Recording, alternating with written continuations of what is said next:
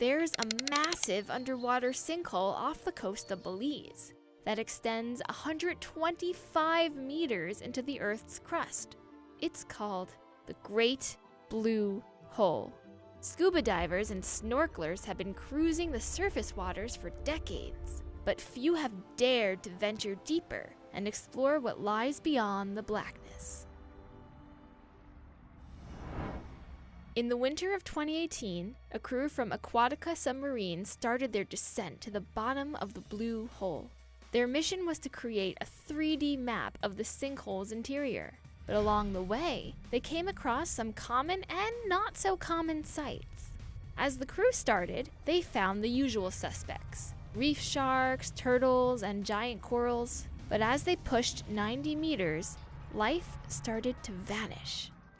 The culprit was a thick layer of toxic hydrogen sulfide, spanning the width of the entire sinkhole like a floating blanket. Underneath that, there's no oxygen, no life. And down there we found conchs and conch shells and hermit crabs that had fallen into the hole and suffocated, really. Past the conch graveyard and toward the bottom of the hole, around 120 meters deep, the team found something they did not expect: small stalactites. The surprise gave scientists clues to the hole's ancient past. Stalactites can only form because water is dripping down stone. And so we know that this was a big dry cave, and it was during a really prolific era on Earth, so there was probably lots of stuff living in it. Scientists think the cave formed during the last ice age, which ended about 14,000 years ago. That's when sea levels began to rise, and the cave flooded and collapsed, leaving behind the blue hole we see today. Researchers think that other marine sinkholes like Dragon Hole in South China Sea and Dean's Blue Hole in the Bahamas probably formed the same way.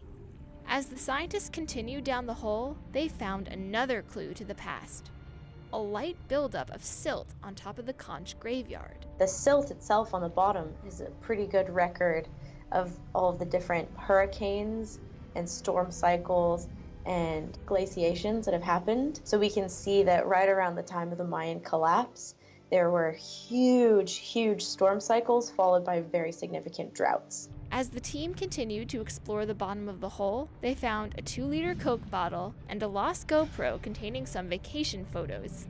But that wasn't all. We did encounter 2 of the probable 3 people who have been lost in the Blue Hole. So we found kind of the resting place of a couple folks, and we just sort of very respectfully let the Belize government know where we found them, and everyone decided that we'd just, not attempt any recovery. It's dark and peaceful down there. Just kind of let them stay. Scientists predict this hole won't be around forever to explore. Every day, waterfalls of sand fall into it, slowly filling it up like an underwater hourglass. But as for now, we can still admire its beauty and study its many mysteries.